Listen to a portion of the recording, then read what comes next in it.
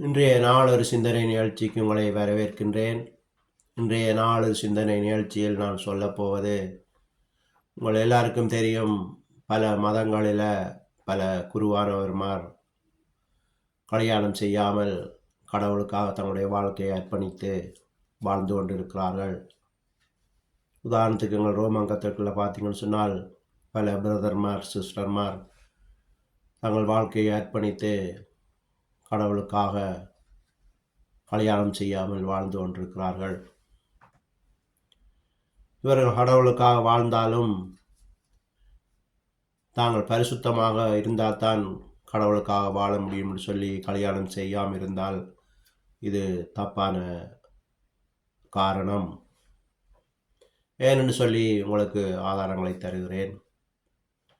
ஆதி ஆகமத்தில் பார்த்தீங்கன்னு சொன்னால், கடவுள் இந்த உலகத்தில் செடி கொடி உயிரினங்களை எல்லாம் படைத்து அதை பார்க்கும்போது அது நல்லதென்று கண்டார்.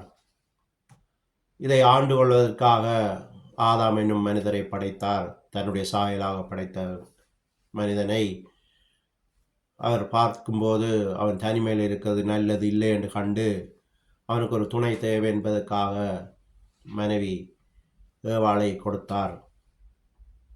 கொடுத்து தன்னுடைய சித்தம் நிறைவேறும் என்று பார்த்தார்.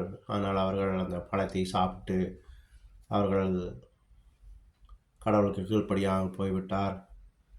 எனவே கடவுள் அந்த ஏதோம் தோட்டம் என்னும் தோட்டத்திலிருந்து இவர்களை கலைத்து விட்டார். கடவுள் கலைத்தால் கூட அவர்களை ஆசிர்வதித்து தான் கலைத்தார். நீங்கள் இந்த பூமியை ஆண்டு கொள்ளுங்கள், பருகி பெருகுங்கள் சொல்லி கலைத்தார்.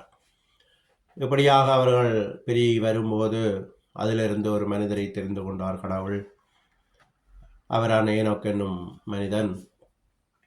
அவருக்கு குழந்தைகள் இருக்கின்றது, குமாரன் குமாரத்திகள் இருக்கிறார்கள். இருந்தும் அவர் கடவுளோடு தான் சஞ்சரித்து வந்தார்னு சொல்லி பைபிளில் வாசிக்கலாம் நீங்கள்.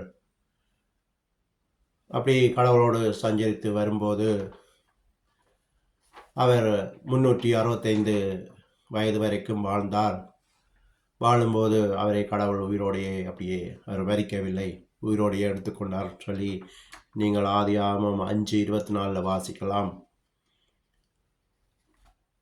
இப்படியாக அவர் குடும்பத்தோடு இருந்தாலும் கடவுள் அவர் பரிசுத்தர் என்று தெரிந்து அவரை எடுத்துக்கொண்டார். அதுக்கு பிறகு பார்த்தீங்கன்னு சொன்னால், நோவா என்னும் மனிதரை கடவுள் தெரிந்து கொண்டார். அவருக்கும் குடும்பம் இருக்கின்றது. அந்த வெள்ளப்பெருக்கு வந்து அழிக்கும் போது பேழை செய்ய சொல்லி கடவுள் அவரை தெரிந்து கொண்டு குடும்பத்தோடு அவர் பேழையிலிருந்து தப்பினார், வெள்ளப்பெருக்கிலிருந்து தப்பினார். அப்போ அவருக்கும் குடும்பம் இருக்கின்றது. ஆனால் கடவுளும் அவரை தெரிந்து கொண்டார். அந்த அவருடைய குடும்பத்தில் 8 பேர் பிள்ளைகள், மருமக்கள் எல்லாம். அவர்களை கடவுள் காப்பாற்றி இன்றைக்குள்ள சந்ததி அந்த சந்ததியாக இருக்கின்றது.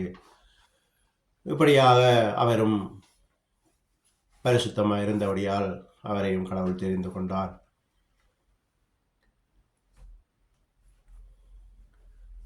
இப்படி பலுகி பெருகின மனிதன் அப்படியே வந்து அப்படியே பார்த்தீங்கன்னு சொன்னால் ஆதாமை தெரிந்து கொண்டார். ஆபிரகாமை தெரிந்து கொண்டார். ஆபிரகாமும் குழந்தைகளை பெற்றார். அவரும் விசுவாசத்தின் தந்தை என்று அழைப்போம். அவரும் கடவுளோடு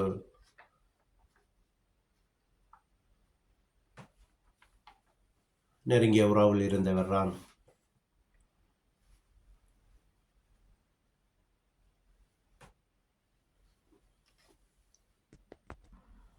அதற்கு பிறகு யாக்கோபு, யோசேப்பு, தாவீது, மோசே, இப்படியாக பல மனிதர்களோடு கடவுள் இருந்தார். அவர்களுக்கு குடும்பம் இருக்கின்றது. இன்றைக்கு இந்த சந்ததியில் பார்த்தீங்கன்னு சொன்னால் எத்தனையோ பாஸ்டர்மார் இருக்கிறார்கள். அவர்களுக்கும் குடும்பம் இருக்கிறது. அவர்களோடும் கடவுள் பேசுகிறார். பல அற்புதங்கள் நடக்கின்றது. ஏன் என்னையும் பார்த்தீங்கன்னு சொன்னால் எனக்கு 3 குழந்தைகள் இருக்கிறார்கள். என்னோடும் கடவுள் இருக்கிறார்.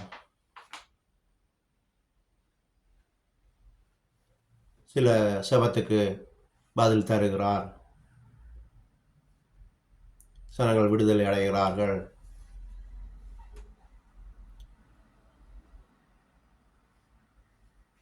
கடவுளோடு நாங்கள் இருப்பதற்கு முக்கிய காரணம் விசுவாசம் இருக்க வேண்டும். கடவுள் எங்களோடு இருக்கிறார். நாங்களும் கடவுளோடு செபத்தில் தரித்து பைபிளை படித்து வாழும்போது கடவுள் எங்களோடும் பேசுவார்.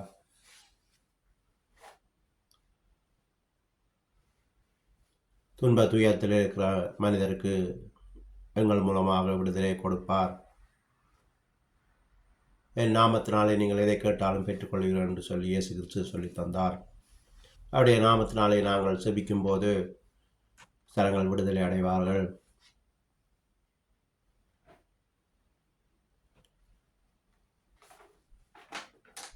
நாங்கள் பரிசுத்தமாக வாழ்வதற்கு குடும்பம் தடை என்று சொல்லக்கூடாது. ஆனால் கல்யாணம் செய்தால் சில ஊழியத்துக்கு சில தடைகள் இருக்கும். அதற்காக வேண்டுமென்றால் நீங்கள் கல்யாணம் செய்யாமல் இருக்கலாம். ஆனால்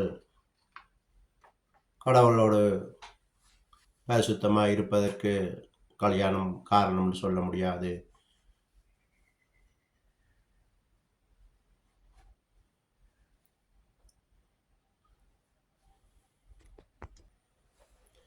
என்று சொல்லி இன்றைய நாளொரு சிந்தனை நிகழ்ச்சியை முடித்துக் கொள்கிறேன். நன்றி, வணக்கம்.